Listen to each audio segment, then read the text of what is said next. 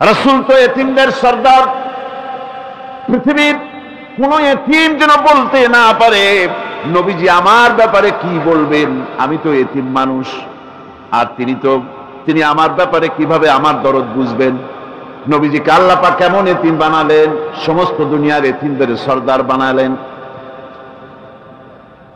মায়ের পেটে যখন তিনি ছিলেন 6 মাসের সময় মায়ের পেটে থাকাকালীন বাপের এতিম হয়ে গেলেন। যখন প্রসব বেদনা শুরু হয়েছে মায়ের, দুনিয়ায় যখন তিনি আসবেন, হযরতে আমেনা ঘরের ভিতরে বসে তার অবস্থাটা কি, এই সন্তান পৃথিবীতে আসতে পরে যিনি সবচাইতে বেশি খুশি হবেন তিনি তো আজ দুনিয়ায় নাই। মনের ভিতরে কত কষ্ট। আল্লাহ রাব্বুল আলামিন তার হাবিবকে দুনিয়া আনলেন।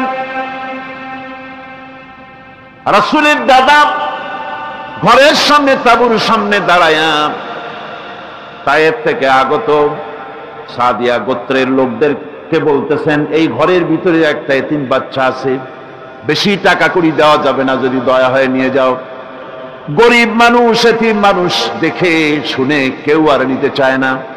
সবশেষে এলেন ভাগ্যবতী মেয়ে, ভাগ্যবতী মহিলা হযরতে হালিমাতুস সাদিয়া। তিনি এসেছেন, কোনো ছেলে পেলে পায় নাই, সকলের শেষে তিনি এসেছেন। আব্দুল মুত্তালিব বলছেন, এই ঘরের মধ্যে একটা এতিম বাচ্চা আছে, দয়া হলে নিয়ে যেতে পারো। তিনি স্বামীর সঙ্গে পরামর্শ করলেন, এরপরে বললেন যদি দেখতে অন্তত ভালো হয়, মন যদি ভালো লাগে নিয়ে যাব, একেবারে খালি হাতে ফিরে যাওয়ার চাইতে তো ভালো। হযরতে হালিমা বলেন, আমি ঘরের মধ্যে প্রবেশ করলাম, মা আমেনার কোল থেকে শিশু মুহাম্মদ সাল্লাল্লাহু আলাইহি ওয়াসাল্লামকে যখন আমি কোলে নিলাম, আমি হুজুরের চেহারার দিকে নজর করে দেখলাম, আমার কাছে মনে হলো যেন পূর্ণিমার চাঁদটা আমার কোলে ধরা দিয়েছে। রাসূল কি শিশু মুহাম্মদ সাল্লাল্লাহু আলাইহি ওয়াসাল্লাম কি যখন নিয়ে বাড়ির দিকে রওনা হলাম, যে গাধা আমার সকলের পেছনে এসেছে সেই গাধা এখন সকলের আগে ছুটে চলে যায়। এরপরে বাড়ি যখন নিয়ে গেলাম, কুয়ায় পানি বাড়লো, গাছে ফসল বাড়লো, খেজুর গাছে খেজুর বাড়তে লাগলো, জমিনে ফলন বেড়ে গেল। রাসূলের দুধ বোন সাইমা রাসূলকে নিয়ে মুহাম্মদ সাল্লাল্লাহু আলাইহি ওয়াসাল্লাম তাকে দোলনা নিয়ে দোল দিতেছে। কি আশ্চর্য অবস্থা! সাইমা তাকে দোল দিচ্ছে আর বলতেছে, বেঁচে থাকুক মুহাম্মদ সাল্লাল্লাহু আলাইহি ওয়াসাল্লাম, সে দীর্ঘজীবী হোক। কবি লিখতেছেন, কি আশ্চর্য কথা, বেদুইন বালিকা কারে নিয়ে দোল দেয় সে কি তা জানে? বিশ্বনবী মুহাম্মদ রাসূলুল্লাহ সাল্লাল্লাহু আলাইহি ওয়াসাল্লাম এভাবে এতিম অবস্থায় জীবন তার শুরু হলো। যখন তিনি ফিরে এলেন 6 বছর বয়সের সময়, যখন মায়ের কাছে তিনি ফিরে এসেছেন, প্রতিদিন তিনি খেলা দেখতে যান ময়দানে। ইতিহাসের মধ্যে লেখা হয়েছে, মা প্রতিদিন সন্ধ্যার সময় তাকে ফিরে পান। আজকে সন্ধ্যা হয়ে গেছে, শিশু মুহাম্মদ সাল্লাল্লাহু আলাইহি ওয়াসাল্লাম বাড়ি ফেরেন না। কারণ কি, কেন বাড়ি ফেরে না? সন্ধ্যার দিকে তিনি চলে গিয়েছেন পাহাড়িয়া ময়দানে, যে দেখেন ধুধু করতেছে চতুর্দিকে, সন্ধ্যা হয়ে গেছে, অন্ধকার হয়ে গেছে, কোনো ছেলে পেলে নাই, কেউ নাই। পাহাড়ের পাদদেশে বসে শিশু মুহাম্মদ সাল্লাল্লাহু আলাইহি ওয়াসাল্লাম কাঁদতেছেন। মা প্রশ্ন করলেন, বাবারে সন্ধ্যা উত্তীর্ণ হয়ে গেল, কেন একা একা বসে বসে কাঁদো? তিনি বলছেন, মাজি আজ কদিন খেলা দেখতে আসলাম ময়দানে, প্রতিদিন দেখি যখন সন্ধ্যা হয়ে যায় মুরব্বী শ্রেণীর কিছু লোক আসে, ছেলেকে নাম ধরে ডাক দেয়, ছেলেরা দৌড়ে তার বাবার কাছে চলে যায়, আর বাবা ছেলেকে কোলে নিয়ে মুখে চুমা দিয়ে বাড়ির দিকে নিয়ে যায়। আমি আজ কদিন পর্যন্ত এই ময়দানে এলাম, কোনদিন সন্ধ্যা বেলায় তো কেউ এসে আমাকে মুহাম্মদ বলে একটা ডাক দিল না। আমার আব্বা কি নাই? আল্লাহ রাব্বুল আলামিন আলামিন বলেন, আলাম ইয়াজিদকা ইয়াতীমান ফাআওয়া, এরকম এতিম অবস্থায় পেয়ে আমি কি আপনাকে আশ্রয় দেই নাই? আপনাকে আমি পেয়েছি এতিম অবস্থায়, এরপরে আমি আপনারে আশ্রয় দিলাম। ওয়া ওয়াজাদাকা দাল্লান ফাহাদা, এরপরে আমি আপনাকে পথ হারা পেলাম, আমি আপনাকে পথের দিশা দিয়া দিলাম। ওয়া ওয়াজাদাকা আইলান ফাআগনা, এরপরে আমি আপনাকে দরিদ্র অবস্থায় পেয়েছি, তারপরে আমি আপনার দারিদ্র মুক্ত করেছি আপনাকে। সুতরাং ফাআম্মাল ইয়াতীমা ফালা তাকহার ওয়া আম্মাস সাইলা ফালা তানহার ওয়া আম্মা বিনি'মাতি রাব্বিকা ফাহাদ্দিস। সুতরাং নবী, এতিমের প্রতি নির্মম ব্যবহার করো না, এতিমের প্রতি ভালো ব্যবহার করো, নির্মমতা দেখাইও না। আর ভিক্ষুককে ধমক দিও না, রূঢ়তা দেখিও না, আর আল্লাহর নিয়ামতের প্রশংসা করো। বহুত মানুষ আছে এতিমরে গলায় ধাক্কা দেয়। মানুষ যখন ভিক্ষা নিতে আসে, গরিব মানুষ ভিক্ষা চাইতে আসছে, ওই মেয়ে আত্মাহিত জানো, দোয়া কুনুত জানো, বাড়ি যেয়ে কাজ করবা, এই সব আজে বাজে কথা বলে ভিক্ষা দেয় না। সাইলকে ধমক দিতে রাসূল করিম সাল্লাল্লাহু আলাইহি ওয়াসাল্লাম নিষেধ করেছেন, সাইলকে ধমক দিও না। গাড়িতে বসে যাচ্ছেন সাহেব, ট্রাফিক মোড়ে যখন সিগন্যাল জ্বললো, গাড়িগুলি দাঁড়ায় গেল, ফকির এসেছে, হাত নাই পাও নাই, বুড়া মানুষ, একটা পয়সা বার করে না। আবার এই মানুষটি ওই ফকিরকে ধমক দিয়া বার করে দিল। এরপরে এই লোকটি যখন কোনো মাজারের কাছে পৌঁছে গেল, 500 টাকার কড়কড়ে নোটটা ফেলে দিল। বলেন টাকা দরকার কার? মরা মানুষের না জিন্দা মানুষের? কার দরকার? যার টাকা দরকার ছিল তারে দেওয়া হলো না, যার দরকার নাই তারে দেওয়া হলো। এরপরে লোকটা না খেয়ে যখন মারা গেল, পথের ফকির, রাস্তার ফকির, না খেয়ে মারা গেছে। এরপরে তার কাফনের কাপড় নাই, লোকটাকে রাস্তার উপরে শোয়া একটা ছেঁড়া কাপড় দিয়ে ঢেকে রেখেছে। বড় লোকেরা, সাহেবরা তখন গাড়ি দাঁড় করে আর 5টা টাকা 2টা টাকা করে তার লাশের উপরে মারতেছে। এটা মানবতার এর চাইতে লাঞ্ছনা, মানবতার জন্য এর চাইতে গঞ্জনা আর কিছুই হতে পারে না। মানবতার প্রতি লাঞ্ছনা এর থেকে আর দুর্গতি কি হতে পারে? বেঁচে থাকার সময় 1টা টাকা আপনি দিলেন না, মরে যাওয়ার পর বিদায় হয়েছে বালাই, এখন দেওয়া শুরু করেছে। আমার বন্ধুগণ, এজন্য এতিমের প্রতি দরদ করার জন্য আল্লাহ পাক কোরআনের ভিতরে পরিষ্কার বলেছেন। রাসূল করিম সাল্লাল্লাহু আলাইহি ওয়াসাল্লাম নিজে এতিম ছিলেন, আর এতিমের প্রতি তার এত দরদ ছিল, একবার তিনি ঈদের দিকে নামাজ পড়ার জন্য যাচ্ছেন। প্রতিমধ্যে দেখেন একটা বাচ্চা ছেলে কাঁদতেছে। এই রাস্তায় কত মানুষ গেল, কেউ দাঁড়ালো না, থমকে। বাচ্চার ক্রন্দন কাউকে থামাইতে পারল না।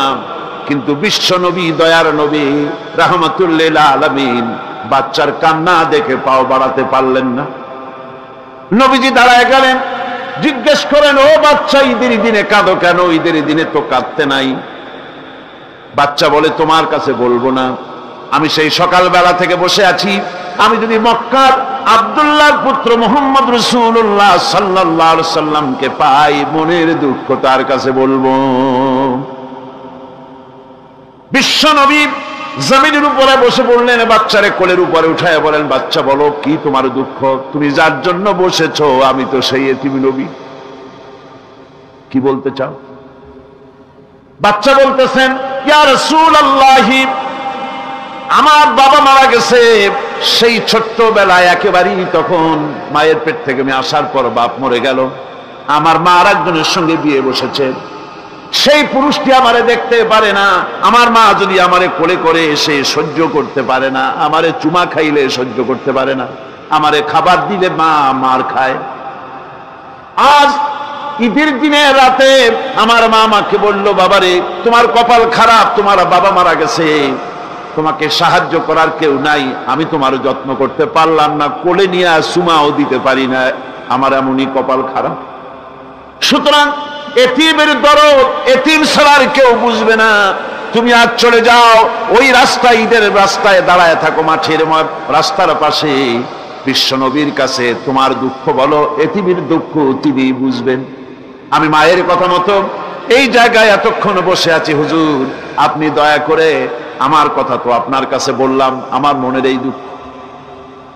নবীজি বাচ্চার কথা শুনতেছিলেন, চোখ দিয়া পানি পড়তেছিল, বাচ্চাকে বুকের সঙ্গে জড়িয়ে ধরে নবীজি বলেন, ও এতিম, মুহাম্মদ সাল্লাল্লাহু আলাইহি ওয়াসাল্লাম যদি তোমার পিতা হন আর হযরতে আয়েশা যদি তোমার মা হয়ে যায়, বলো তোমার মনের দুঃখ মেটে নাকি? ছেলে ডুকরে কেঁদে উঠলো আর বলল, ইয়া রাসূলুল্লাহ, আপনি যদি আমার পিতা হন আর আয়েশা যদি আমার মা হয়ে যায়, এর থেকে বড় সৌভাগ্যের আমার তো আর কিছুই নাই। নবীজি এতিমকে বাড়ি নিয়ে গিয়ে হযরতে আয়েশার হাতে তুলে দিয়ে বললেন, আয়েশা রে, পবিত্র ঈদের দিনে আল্লাহ রাব্বুল আলামিন তোমার জন্য একটা উপহার পাঠিয়েছেন, এটা যত্ন করো। এতিমের প্রতি দরদ রাখার জন্য আল্লাহ রাব্বুল আলামিন বলেছেন, এতিম, মিসকিন, বিধবা, অসহায় লোক, তাদের প্রতি যাতে করে মুসলিম সমাজ লক্ষ্য রাখে, সেজন্য আল্লাহ পাক নির্দেশ করেছেন। বুখারী এবং মুসলিম শরীফের হাদিসে এসেছে, আস-সাই আলাল আরমালাত ওয়াল মিসকিন কাস-সাই ফি সাবিলিল্লাহ। বিধবাদের জন্য, মিসকিনের জন্য কেউ যদি কোনো উদ্যোগ গ্রহণ করে, কেউ কোনো সাহায্য দেয়, জিহাদের ময়দানে জিহাদ করে আল্লাহর রাস্তায় যে সওয়াব পাওয়া যায়, যে মর্যাদা পাওয়া যায় আল্লাহর কাছে, এটি মিসকিন বিধবাকে সাহায্য করলে সেই সওয়াব আল্লাহ রাব্বুল আলামিন আমলনামায় দিয়ে দেন। আমাদের প্রিয় নবী এতিম মিসকিনদের খুবই ভালোবাসতেন তার নিজের চাকর হযরত যায়েদ ও আনাস রাদিয়াল্লাহু তাআলা আনহুকে। সে সম্পর্কে এখন আলোচনা করা হচ্ছে। তার চরিত্রই প্রমাণ করে, নবীদেরকে বায়নাত দেওয়া হয়েছে, এমন চরিত্র আচার আচরণ দেওয়া হয়েছে যাতে করে লোকেরা অভিভূত হয়ে যায়, আকৃষ্ট হয়ে যায়। হযরতে যায়েদ, তিনি তো কৃতদাস ছিলেন, হারায় গেলেন বাপ মা থেকে, আর এরপরে কুদরতকারে মুহাম্মদ সাল্লাল্লাহু আলাইহি ওয়াসাল্লামের ঘরে উঠায় দিল। তিনি তখন আল্লাহর নবী, তখন নবুয়তের দায়িত্ব পান নাই। যায়েদের পিতার কাছে খবর হয়ে গেল, যায়েদ আছে রাসূলের বাড়িতে, মুহাম্মদ সাল্লাল্লাহু আলাইহি ওয়াসাল্লামের বাড়ি মক্কায়। তারা এসে হুজুরের সঙ্গে দেখা করে বললেন, মুহাম্মদ সাল্লাল্লাহু আলাইহি ওয়াসাল্লাম, জানতে পেরেছি আপনার কাছেই আমাদের ছেলে যায়েদ আছে, মেহেরবানি করে তাকে আমাদেরকে ফিরায় দেন। হুজুর বলেন, যায়েদ যদি তোমাদেরকে চিনতে পারে আর যদি যেতে চায়, আমার পক্ষ থেকে কোনো আপত্তি নাই, অবশ্যই যাবে। তবে যায়েদ যদি যেতে না চায়, আমি এমন লোক নই যে কেউ আমার কাছে থাকতে চাইলে আমি জোর করে তাকে ঠেলেও দিতে পারি না, আমি তেমন লোক নই। পিতা বললেন, আপনি অবশ্যই যুক্তিপূর্ণ কথা বলেছেন। হযরতে যায়েদ কানা হলো। হুজুর বললেন, তুমি কি চেনো এদেরকে? যায়েদ বললেন, চিনি, ইনি আমার বাবা, উনি আমার চাচা। যায়েদের পিতা বলেন, বাবারে বাড়ি চলো, তোমার মা কেঁদে কেঁদে হয়রান, চলো বাড়ি যাই, বাড়ির যা কিছু আছে সব তোমাকে ফিরিয়ে দেওয়া হবে। হযরতে যায়েদ বলতেছেন, পিতা বাড়িতে যা আছে তাই শুদ্ধ, তামাম দুনিয়াটা যদি আমারে দেওয়া হয়, এই লোকটির কাছে থেকে যে ব্যবহার পেয়েছি, আমি এই লোকের কদম ছেড়ে যেতে পারি না। তার চরিত্রই প্রমাণ করে তিনি নবী, কি ব্যবহারটা পেয়েছেন। হযরত আনাস রাদিয়াল্লাহু তাআলা ছোট মানুষ, 8 বছর বয়সের সময় হুজুরের খাদেম হয়ে হুজুরের বাড়িতে আসছেন। আচ্ছা, 8 বছর বয়সের কিশোর ভুল তো করতেই পারে, গরম পানি চাইলে ঠান্ডা পানি এনে দেবেন, স্যান্ডেল চাইলে জুতো আনবেন, বিছানা বিছাইতে বললে উঠাই পড়ে, এটা স্বাভাবিক। কিশোর মানুষ, ছোট মানুষ। এবার শুনুন, বাইয়ানাত কারে বলে? নবীদের বাইয়ানাত আল্লাহ যে দিয়েছেন সেটা কি জিনিস? সেটা হলো উন্নত মানের চরিত্র, তার ব্যবহার ওঠা বসা যা দেখলে মানুষ বুঝতে পারে তিনি আল্লাহর নবী। হযরতে আনাসের মুখে শুনুন, হযরতে আনাস রাদিয়াল্লাহু তাআলা আনহু বলেন, একাধিক ক্রমে টানা 10টি বছর রাসূলের খেদমতের ভিতরে নিয়োজিত ছিলাম। 10টি বছরের ভিতরে একটা দিনের জন্য নবীজি আমাকে ধমক দিয়ে কথা বলেন নাই। তো ধমক দিলেন না আমারে, এটা করছো কেন, এটা করো নাই কেন? সুবহানাল্লাহি বিহামদিহি। গোটা পৃথিবীর সমস্ত মুমিন মুসলমানদের, পুরুষ আর নারীদের জীবন, কলিজা, রক্ত রাসূলের কদম মোবারক উৎসর্গ হয়ে যায়। মহান রব্বুল আলামিনের কাছে তার হাবিব রাসূলুল্লাহ সাল্লাল্লাহু আলাইহি ওয়াসাল্লামের ছিল বিশেষ মর্যাদা। আসুন আমরা সে সম্পর্কে আলোচনা শুনি। আমার ভাইরা, রাসূল পাক সাল্লাল্লাহু আলাইহি ওয়াসাল্লাম আল্লাহর নবী এমন এক মহান সত্তা ছিলেন যে তিনি দোয়া আল্লাহর দরবারে হাত উঁচু করতে দেরি আছে, কিন্তু দোয়া কবুল হতে দেরি নাই। হিজরত করে মদিনায় এসেছেন, নামাজ পড়তে দিল চায়, কাবা শরীফের দিকে ফিরে যদি নামাজ পড়তে পারতাম দিলটা বড় ভালো লাগতো, কিন্তু হাত উঁচু করে মোনাজাত করতেছেন না, আল্লাহর কাছে বলতেওছেন না যে আল্লাহ তুমি আমার কিবলাটা বাইতুল মুকাদ্দাস থেকে ফিরাইয়া মক্কা শরীফে বাইতুল্লাহর দিকে ফিরাইয়া দাও, মুখেও বলতেছেন না, মনেও না, শুধু আকাশের দিকে বারবার তাকাচ্ছেন, মোনাজাত করেন নাই। মনে মনে আশা পোষণ করতেছেন যদি এমন একটা ওহী নাজিল হয়ে যেত। আল্লাহ রাব্বুল আলামিন সঙ্গে সঙ্গে রাসূল জোহরের নামাজ পড়তেছিলেন, 2 রাকাত পড়া হয়ে গেছে, এমন সময় ওহী নাজিল হয়ে গেল, قد نرى تقلب وجهك في السماء। ও নবী, আমি দেখতে পেয়েছি বারবার আপনি আকাশের দিকে তাকাচ্ছেন। সুবহানাল্লাহ, আমি দেখতে পেয়েছি। فلنولينك قبلة ترضاها فول وجهك شطر المسجد الحرام। আর দেরি নাই, আপনার মনের আশা পুরা হয়ে গেছে, এক্ষুনি আপনার কিবলা পরিবর্তন করুন। হুজুর 2 রাকাত পড়েছিলেন বাইতুল মাকদাসের দিকে ফিরে, বাকি 2 রাকাত তিনি মক্কা শরীফের কাবা শরীফের দিকে ফিরলেন। আজও পর্যন্ত সেই মসজিদ আছে, সাক্ষ্য দিচ্ছে নবীর কথা কিভাবে মঞ্জুর হয়। মসজিদে কিবলাতাইন মদিনা মুনাওয়ারায় সে মসজিদ আজও আছে। ভাইরা আমার, রাসূল পাক সাল্লাল্লাহু আলাইহি ওয়াসাল্লাম এত বড় মর্যাদা সম্পন্ন ব্যক্তিত্ব, মহান ব্যক্তিত্বের উম্মতের মধ্যে আল্লাহ আমাদের শামিল করেছেন। শুকরিয়া স্বরূপ আমরা পড়ি আলহামদুলিল্লাহ। জোরে সোরে পড়েন আলহামদুলিল্লাহ। আমার ভাইরা, মর্যাদা এত বেশি আল্লাহ রাসূলকে আল্লাহ রাব্বুল আলামিন দান করেছেন।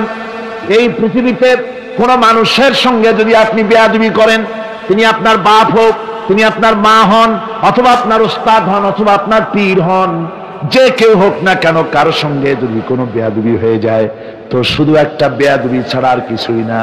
কিন্তু নবীজির সঙ্গে যদি কেউ বেয়াদবি করে, সেটা শুধু বেয়াদবি থাকে না, কুফরি হয়ে যায়। কি হয়ে যায়? কুফরি হয়ে যায়। রাসূলুল্লাহকে কেউ তাওহীন করলে, অসম্মান করলে, সমালোচনা করলে কাফের হয়ে যায়। যারা বলেন কি হয়ে যায়? কত বড় মর্যাদা! রাসূল পাক সাল্লাল্লাহু আলাইহি ওয়াসাল্লাম, তার সামনে সাহাবায়ে কেরাম বসা, হুজুর কথা বলছেন, সাহাবায়ে কেরাম তারাও কথা বলছেন। কথা বলতে বলতে এক পর্যায়ে সাহাবীদের গলার আওয়াজ বড় হয়ে গেছে, হুজুরের গলার আওয়াজ শোনা যায় না, সাহাবীদের গলার আওয়াজটা বড় হয়ে গেল। আল্লাহ রাব্বুল আলামিন এতটুকু বরদাস্ত করলেন, আমার নবীর গলার আওয়াজের চাইতে তোমাদের আওয়াজ বড় হলো কেন? সঙ্গে সঙ্গে ওহী নাজিল হয়ে গেল। আল্লাহ রাব্বুল আলামিন বলেন, ইয়া আইয়ুহাল্লাযীনা আমানু লা তারফাউ আসওয়াতাকুম ফাওকা সাওতিন নবী। ও বিশ্বাসীরা, খবরদার, তোমরা যারা ঈমান এনেছো শোনো, তোমাদের গলার আওয়াজ যেন আমার নবীর গলার আওয়াজের চাইতে বড় না হয়ে যায়। যদি তা হয়, আনতাহবাতা আমালুকুম, জীবনের সমস্ত ভালো কাজগুলি আমি আল্লাহ বরবাদ করে দেব। আজ পর্যন্ত এই আয়াতে কারিমা রাসূল পাক সাল্লাল্লাহু আলাইহি ওয়াসাল্লামের রওজায়ে আতহারের সামনে সবুজ সাইনবোর্ডের উপরে সোনার অক্ষর দিয়ে এই আয়াতে কারিমা লেখা রয়েছে সুবহানাল্লাহ। সর্বকালের, সর্বযুগের সর্বশ্রেষ্ঠ মহামানব, সর্বশ্রেষ্ঠ বিশ্বনবী, আল্লাহর পরে যার মর্যাদা, তিনি হচ্ছেন মুহাম্মদ রাসূলুল্লাহ সাল্লাল্লাহু আলাইহি ওয়াসাল্লাম। রাসূলুল্লাহ সাল্লাল্লাহু আলাইহি ওয়াসাল্লামের প্রতি মহান আল্লাহর ভালোবাসার অন্যতম নিদর্শন হচ্ছে মেরাজ। এর মাধ্যমে আল্লাহ রাব্বুল আলামিন তার বন্ধুকে নিজের সান্নিধ্যে নিয়েছিলেন। এখন আমরা শুনব সেই মেরাজের কাহিনী। দুলির ধরা থেকে রাসূলকে আরশে আজিমে নিয়ে যাওয়া হবে। বোরাক এলো। বোরাক হচ্ছে বারকুম থেকে উৎপত্তি। এর অর্থ হচ্ছে বিজলি, বৈদ্যুতিক গতি সম্পন্ন, ঘোড়ার চাইতে ছোট, খচ্চরের চাইতে বড়, এই জাতীয় একটা প্রাণীর মতো হযরত জিবরাইল নিয়ে আসলেন। আমাদের দেশে কারো কারো বাড়িতে আয়নায় বান্দানো থাকে এই ছবিটা। ঘোড়া আছে, দুইটা ডানা আছে, মাথাটা মেয়ে লোকের মতো, চুলগুলো ঝুলে পড়ছে, নিচে লেখা আছে হাজা বুরাকুন নবী সাল্লাল্লাহু আলাইহি ওয়াসাল্লাম। আন্দাজে কোথায় পাইছে আল্লাহ? মিথ্যে কথা, বাজে কথা। আল্লাহ এরকম একটা মেয়ে লোক মার্কা ঘোড়া পাঠাইছিল হুজুরকে নেওয়ার জন্য, এটা কথা হইল? রাসূলকে মক্কা থেকে, উম্মে বাবে উম্মে হানি থেকে হুজুরকে বের করে নিয়ে যাওয়া হলো বাইতুল মাকদাসে। সমস্ত পয়গম্বর, দুনিয়া আল্লাহ যাদের পাঠিয়েছিলেন, সমস্ত রূহ উপস্থিত ছিল সেখানে। রাসূল করিম সাল্লাল্লাহু আলাইহি ওয়াসাল্লাম এখান থেকে মেরাজ করলেন। এতটুকু ছিল ইসরা। কোরআনে কারীম বলছে, আজকের কারি সাহেব যেখান থেকে তেলাওয়াত করেছিলেন, সুবহানাল্লাযী আসরা বিআবদিহি লাইলাম মিনাল মাসজিদিল হারামি ইলাল মাসজিদিল আকসা। সুবহানাল্লাযী, সমস্ত দুর্বলতা, অক্ষমতা থেকে মুক্ত সেই সত্তা যিনি তার বান্দাকে ইসরা করিয়েছেন, মেরাজ করিয়েছেন। সুবহানাল্লাহ। সমস্ত দুর্বলতা, অক্ষমতা থেকে মুক্ত তিনি পার করে নিয়ে গিয়েছেন। আর পরে মুহূর্তের ভিতরে মহাশূন্য পাড়ি দিয়ে, সেই মহাশূন্য মানে কি? এইখান থেকে সূর্য কত দূরে জানেন না? 9,30,00,000 মাইল দূরে এখান থেকে সূর্য। সেই সূর্য, তারপরে রয়েছে গ্যালাক্সি, মিল্কি ওয়ে, গ্রহ নক্ষত্র, সে যে কত দূরে, যে সমস্ত তারকা, এমন বহুত তারকা আছে যে তারকা সৃষ্টির পর তার আলো পৃথিবীর মাটি আজ পর্যন্ত স্পর্শ করে নাই, অথচ আলোর গতি প্রতি সেকেন্ডে কত মাইল? 1,86,000 মাইল। এই 1,86,000 মাইলের সেকেন্ড, এর মিনিট, এর ঘন্টা, এর দিন, এর সপ্তাহ, এর মাস, এর বছর, এটাকে বলা হয় লাইট ইয়ার, আলোকবর্ষ। সেই তারকা তৈরি হওয়ার পর কত সহস্র সহস্র লাইট ইয়ার চলে গেল, আজ পর্যন্ত সেই তারকার আলো পৃথিবীর মাটি স্পর্শ করতে পারে নাই। তাহলে সেই তারা কোথায়?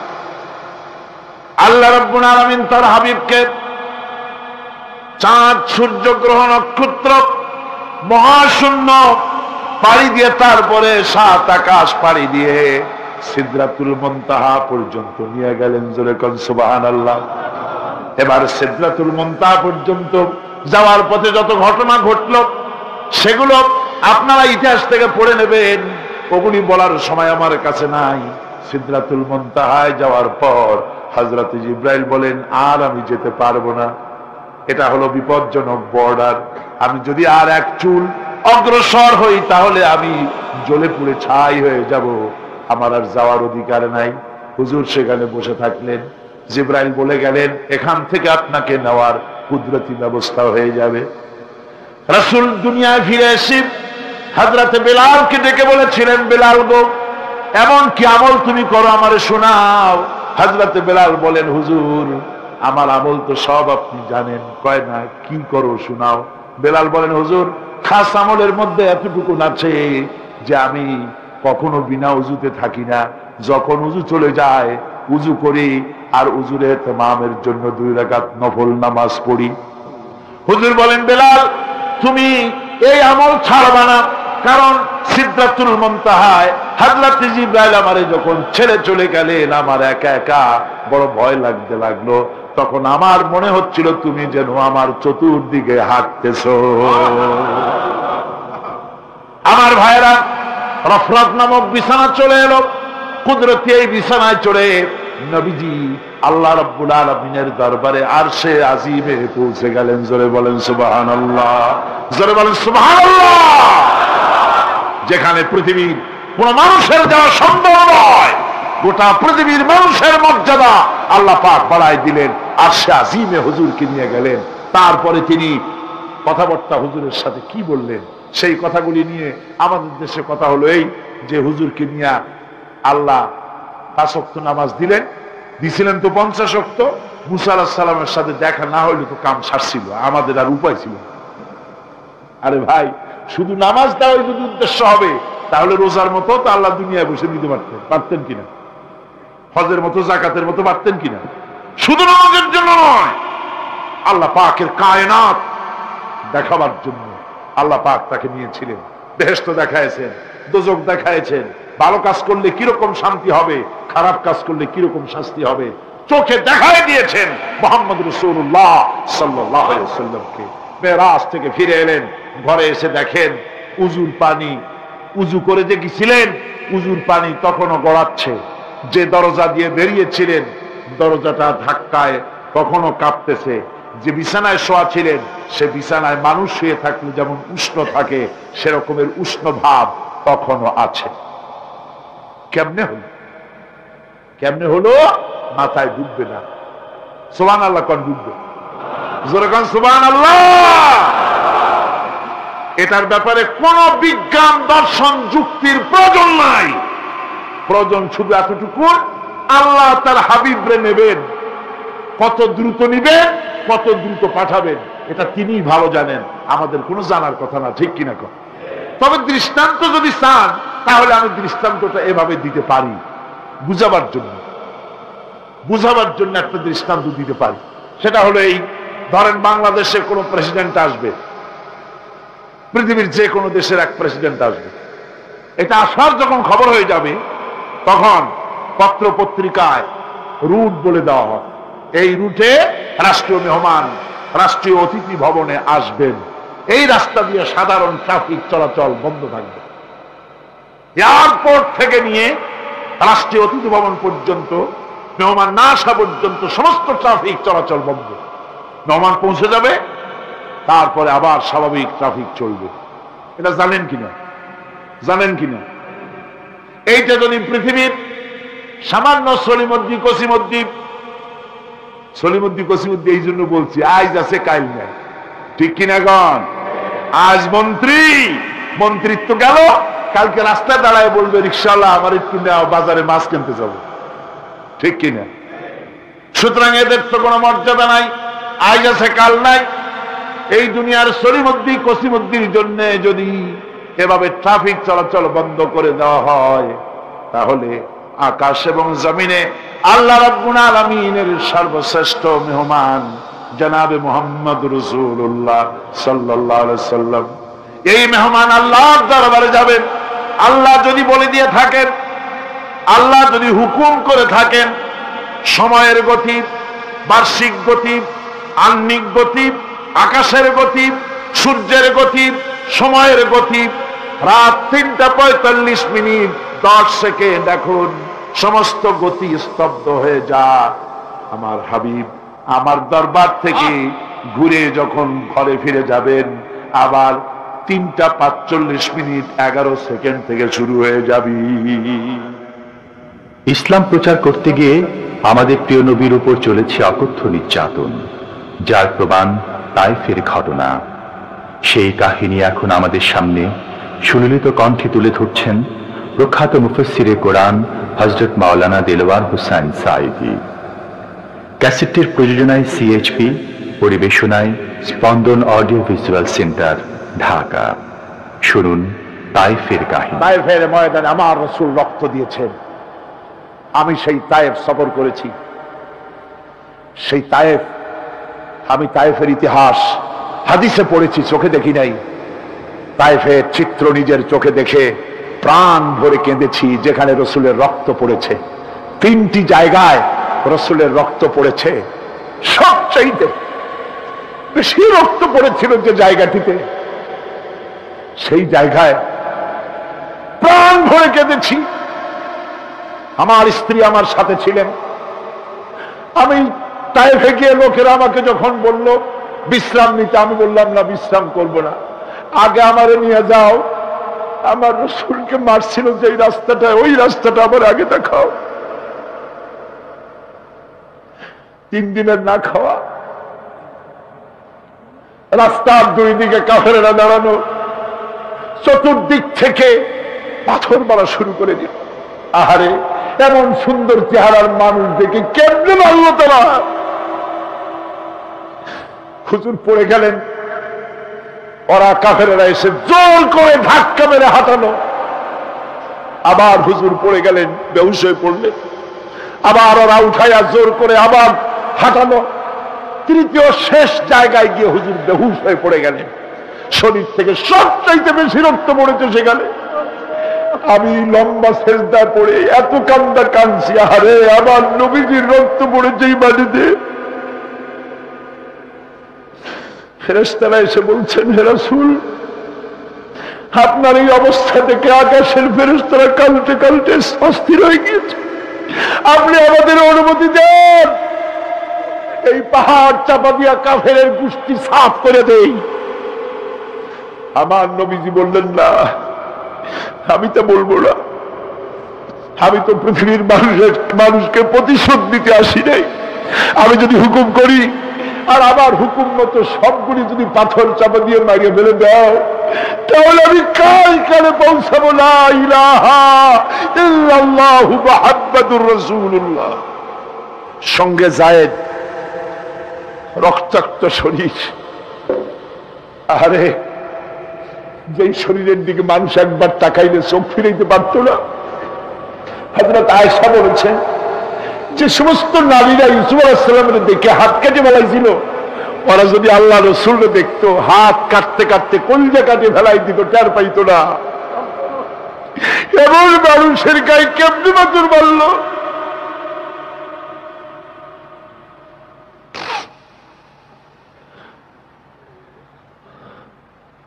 রাসূল কারীম সাল্লাল্লাহু আলাইহি ওয়াসাল্লাম বসে আছেন, শরীর থেকে রক্ত ঝরছে। বুখারী শরীফে এসেছে, আত্তাস নামক এক যুবক আঙ্গুরের বাগান থেকে 1 গ্লাস আঙ্গুরের শরবত এনে হুজুরের হাতে দিলেন। এত কষ্টের পর 3 দিনের না খাওয়া ক্ষুধার্ত নবী 1 গ্লাস আঙ্গুরের শরবত সবটুকু পান করে একটা স্বস্তির নিঃশ্বাস ফেললেন। বললেন, তোমার নাম না আত্তাস? তিনি বললেন, হ্যাঁ, আমার নাম আত্তাস।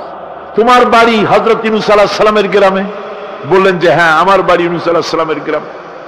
যুবক জিজ্ঞেস করলেন, হুজুর, আপনি কি করে বুঝলেন আমার নাম আত্তাস আর আমার বাড়ি ইউনূস আলাইহিস সালামের গ্রামে? আপনি জানলেন কি করে?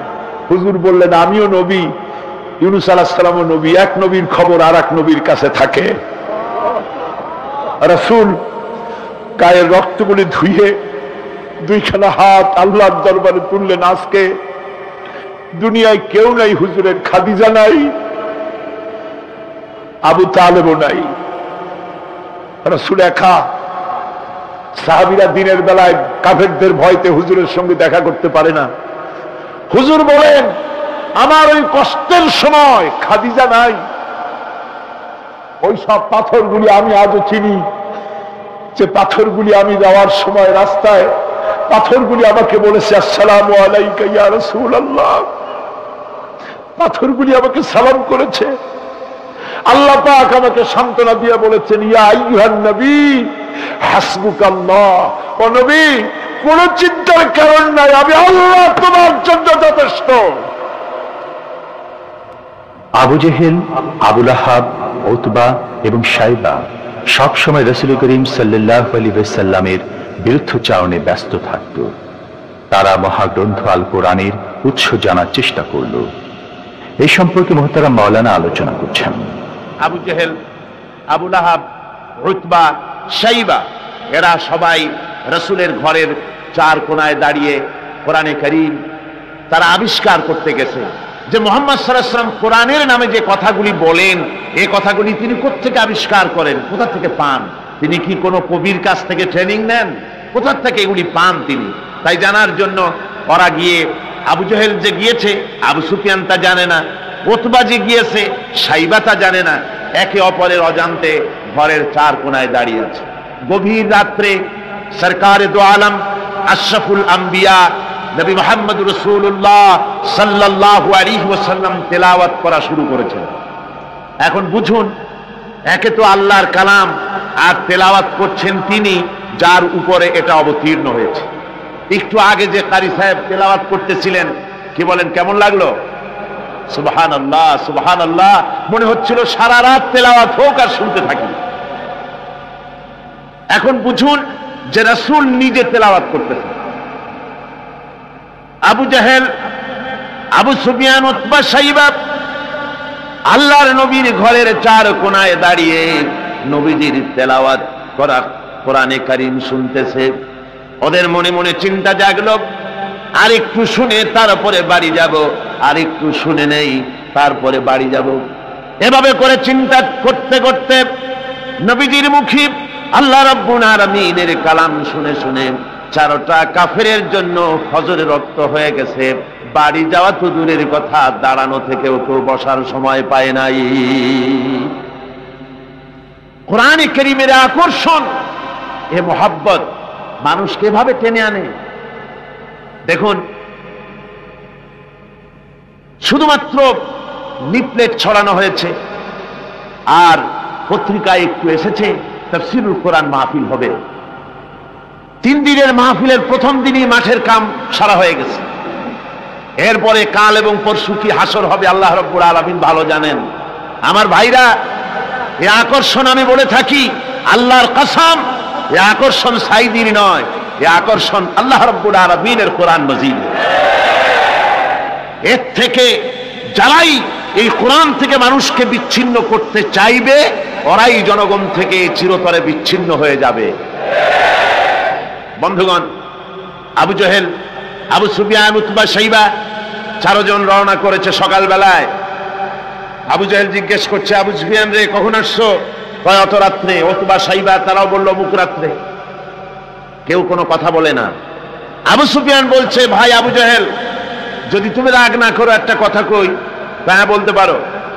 দেখুন, এই যে সারা রাত ধরে মুহাম্মদ সাল্লাল্লাহু আলাইহি ওয়াসাল্লামের মুখে আল্লাহর কালাম শুনলাম, আমার মনের বিশ্বাস, লাত মানাতের কসম করে বলতে পারি, এই কথা মানুষের বানানো হতে পারে না। এটা কোন ঐশ্বরিক বাণী হবে, এটা মানুষের। আবু জেহেল বলছে, দেখো ওই কথা তো আমারও, কিন্তু মুশকিল হলো এই, আমরা হলাম লিডার, আমরাই যদি এতে আকৃষ্ট হয়ে পড়ি তাহলে তো আবু বকর, ওমরের মতো আমরাও পাগলামি করে বলবো, আমরা ওই দলে চলে যাব, আমরাও মুসলমান হয়ে যাব। সুতরাং আমি বুঝতে পেরেছি তোমাদের কোরআন শোনার পাগলামিতে ধরেছে। তোমরা আমার হাতে হাত দাও, তওবা পড়ো, এই জায়গায় কোরআন শুনতে আর কোনো দিন আসবে না। কি করবে? ইচ্ছের বাইরে নেতাকে খুশি রাখতে হয়, তাই বাধ্য হয়ে সবাই তওবা করবে। তওবা করে বাড়ি চলে গেছে। সন্ধ্যা যখন পার হয়ে গেল, আবু সুফিয়ান ভাবলো, আবু জেহেল নিজেই যখন তওবা পড়িয়েছে, সে তো আর আসবে না, আর উতবা, শাইবা, আবু জাহেলের ভয়তে যাবে না। আমি আজকে একা একা মুহাম্মদ সাল্লাল্লাহু আলাইহি ওয়াসাল্লামের ঘরের কোনায় গিয়ে প্রাণ ভরে কালামুল্লাহ শুনব। উতবাও তাই ভেবেছে, শাইবাও তাই ভেবেছে। এদিকে আবু জেহেল মনে মনে ভাবলো, ওরা 3 জনে আমার হাতে তওবা পড়েছে, আমার নেতৃত্বের প্রভাব, আমার ভয়তে ওরা কেউ আসবে না। আজকে একা আমি মজা করে সারা রাত শুনবো মুহাম্মদ সাল্লাল্লাহু আলাইহি ওয়াসাল্লামের মুখে আল্লাহর কালাম। গত রাত্রের মতো আজও সব হাজির হয়ে গেছে ঘরের কোনায়। আসবেই, এটাই তো স্বাভাবিক, আসাটাই স্বাভাবিক। গত বছর কোরআনে কারীমের তাফসীরের মাহফিলে বাধা দিল। একটা পত্রিকায় দেখলাম হরতালও সফল, তাফসীরও সফল। তো আমি দেখলাম যে হেডিংটা তো খুব ভালোই, খবরটা পড়লাম, দেখলাম একটা প্রতিবেদন লিখেছেন তিনি লিখলেন যে কোরআন বিরোধীরা তারা হরতালের ডাক দিল। এখন আজকাল পাগলে ডাক দিলেও হরতাল হয়ে যায়, কে তার দামি গাড়িটা রাস্তায় বের করে ভাঙবে। হরতালের ডাক দিয়েছে তো হরতাল হলো, কল কারখানা বন্ধ হয়ে গেল, দোকানপাট বন্ধ হলো। এখন কল কারখানার শ্রমিক আর দোকানপাটের শ্রমিক আর মালিক সারাদিনে কোনো কাম নাই, সব তাফসীরের মাহফিলে হাজির। কথা বুঝলেন? শেষ পর্যন্ত এও দেখা গেল, আমার কাছে রিপোর্ট এসেছে, যারা বাধা দিয়েছিল তারা কয় যে কিছু টাকা তো পাই, কাজে কিছু না করলে টাকাটা হালাল হয় কেমন। শেষ পর্যন্ত ওরাও চাদর মুড়ি দিয়া তাফসীরের মাহফিলের কোনায় ওরাও দাঁড়ায় গেছে। সুবহানাল্লাহ বিহামদিহি। এটা কোরআনের আকর্ষণ, এর থেকে মানুষকে ছুটানো যায় না, মুসলমানকে এর থেকে বিচ্ছিন্ন করা যায় না। চারো কাফের আজও এসে হাজির হয়েছে রাসূলের চার কোণে, একে অপরের অজান্তে। এরপরে রাত যখন শেষ হয়ে আসে তখন আবু জেহেল মনে করলো আর দাঁড়ানো ঠিক না, আবু সুফিয়ান, উতবা, সাইবা ওরাও মনে করলো আর দাঁড়ানো ঠিক না। তখন অন্ধকারের ভেতর দিয়ে ছুট দিয়েছে যার যার বাড়ির দিকে। এখন অন্ধকারের মধ্যে ছুটতে গিয়ে একজন আর একজনের মধ্যে ঠেলে উঠেছে। আবু জেহেল ঠেলার চোটে ঘাবড়ে গিয়েছে, বলল কে? ভাই আমি আবু সুফিয়ান। তুমি কেডা? কয় যে আমি আবু জেহেল। আবু জেহেল বলছে, আবু সুফিয়ান কালকে তুমি আমার হাতে তওবা পড়লে, আজকে আসলে কেন? কয় যে দেখো মাতবাড়ি সব জায়গায় চলে না, তুমি আসলা কেন সেটা কও আগে। চারজন চলতেছে। আবু জেহেল বলল যে শোনো, কোরআনে কারীম শোনা থেকে মানুষকে আমরা বন্ধ করতে পারবো না, আইন পাশ করতে হবে, আইন করে কোরআন শোনার পথকে রুদ্ধ করে দিতে হবে। এরপরে তারা আইন পাশ করলো। কি আইনটা পাশ করলো? আল্লাহ রাব্বুল আলামিন কোরআনে কারীমে ওদের সেই আইনটা, ওরা যেটা পাশ করলো ওইটা কোরআনে কারীমে আল্লাহ কোট করে রাখলেন। যেহেতু আবু জেহেল মরে যাবে, কিন্তু তার নাতিরা তো মরবে না, ওর নাতিরা তো থাকবে কিয়ামত পর্যন্ত, ওর দৌহিত্র, ওর পৌত্র যা কিছু আছে এগুলো বেঁচে থাকবে দীর্ঘদিন। ওরাও যে এই একই আচরণ করবে তা যেন মুসলমানেরা বোঝে, এই জন্য ওদের সেই আইনটা আল্লাহ রাব্বুল আলামিন, ওরা বলল কি কোরআন সম্পর্কে, তা কোরআনে কারীমে আল্লাহ কোট করে রাখলেন কি? وقال الذين كفروا لا تسمعوا لهذا القرآن والغوا فيه। আজকে এই প্রথমই তেলাওয়াত হয়েছে আয়াত। আমার বন্ধুগণ, আল্লাহ পাক কোরআনে কারীমে বলছেন কাফেররা সিদ্ধান্ত নিল লা তাসমাউ লিহাযাল কুরআন, কোরআন শরীফ শুনো না, কোরআন শরীফ কোরআনে কারীম শুনতে যেও না। ওয়ালগাউ ফি, কোরআন তো শুনবেই না, বরং কোরআনের আলোচনা, কোরআন যেখানে আলোচনা হয়, তেলাওয়াত হয়, সেখানে বাধার সৃষ্টি করো, বাধা দাও, ডিস্টার্ব করো, সর্বরকমের বাধার দিয়ে কোরআনে কারীম শোনার পথকে বন্ধ করে দাও। হাজারো প্রচেষ্টা চললো কোরআনে কারীম বন্ধ করে দেওয়ার জন্য, কিন্তু কোরআনে কারীম এটা কি বন্ধ হওয়ার জিনিস? কে বলেন বন্ধ হওয়ার জিনিস?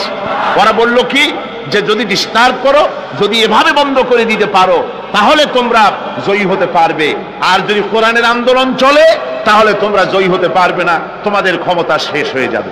আমার ভাইরা, রাসূল পাক সাল্লাল্লাহু আলাইহি ওয়াসাল্লাম হজের মৌসুম এলো, কাবা শরীফের কোনায় বসে তেলাওয়াত করতেছেন। আবু জেহেল করেছে কি, ঘরে বাইরের থেকে যত হাজিরা এসেছে হজ করতে, ওদের তাবুতে গিয়ে গিয়ে বলছে শোনো, আমাদের দেশে একটা পাগল, নাম তার মুহাম্মদ, নাউযুবিল্লাহি মিন যালিক, বলছে নাম তার মুহাম্মদ সাল্লাল্লাহু আলাইহি ওয়াসাল্লাম, তাকে জেনে ধরেছে, খবরদার তার কথা শুনতে যাও না, সে একটা পাগল মানুষ, তার কাছেও যাও না, কি বলে তাও শোনো না। এখন অবস্থাটা এই হয়েছে, বাইরের থেকে যারা এসেছে তারা তো মুহাম্মদ সাল্লাল্লাহু আলাইহি ওয়াসাল্লামের নাম জানে না। আবু জেহেল নিজে গিয়া ঘরে ঘরে হুজুরের নামটা পরিচয় করায় দিয়ে আসে। এরপরে এই সমস্ত মানুষের একটা কৌতূহল, এই কোন জিনিস সম্পর্কে মানুষকে যদি নিষেধ করা হয় সেই জিনিসটা জানার জন্য, দেখার জন্য মানুষের কিউরিসিটি জাগে বেশি। এখন যখন নিষেধ করা হলো, লোকেরা ভাবলো নেতা বলেছে শুনবো না কি বলে, কিন্তু পাগলটা কেমন একটু দেখে আসি না, চলে গেছে কাবা শরীফের পাশে, যায়া রাসূলুল্লাহ সাল্লাল্লাহু আলাইহি ওয়াসাল্লামের চেহারা মোবারকের দিকে, তার চেহারা আনোয়ারের দিকে যখন এরা তাকিয়েছে, রাসূল পাক সাল্লাল্লাহু আলাইহি ওয়াসাল্লামের চেহারা মোবারকের দিকে তাকিয়ে ওরা বলছে, এই লোকটা কি পাগল হতে পারে? এত সুন্দর চেহারার মানুষ, সে কি কোনোদিন পাগল হতে পারে? নিশ্চয়ই পারে। রাসূল পাক সাল্লাল্লাহু আলাইহি ওয়াসাল্লামের চেহারা মোবারক, সুবহানাল্লাহ, মানুষের যদি নজর পড়ে যেত আল্লাহ রসুলের প্রতি, সেই চেহারা থেকে মানুষ চোখ ফিরাতে পারত না। হাদিস শরীফে এসেছে, রসুল যখন ঘেমে যেতেন, ঘামের বিন্দুগুলি যখন গলার উপরে, কপালে, গালের উপরে যখন জমতো, দূরের থেকে এটাকে মুক্তোর দানার মতো বলে মনে হতো। এত সুন্দর চেহারা আল্লাহ রাব্বুল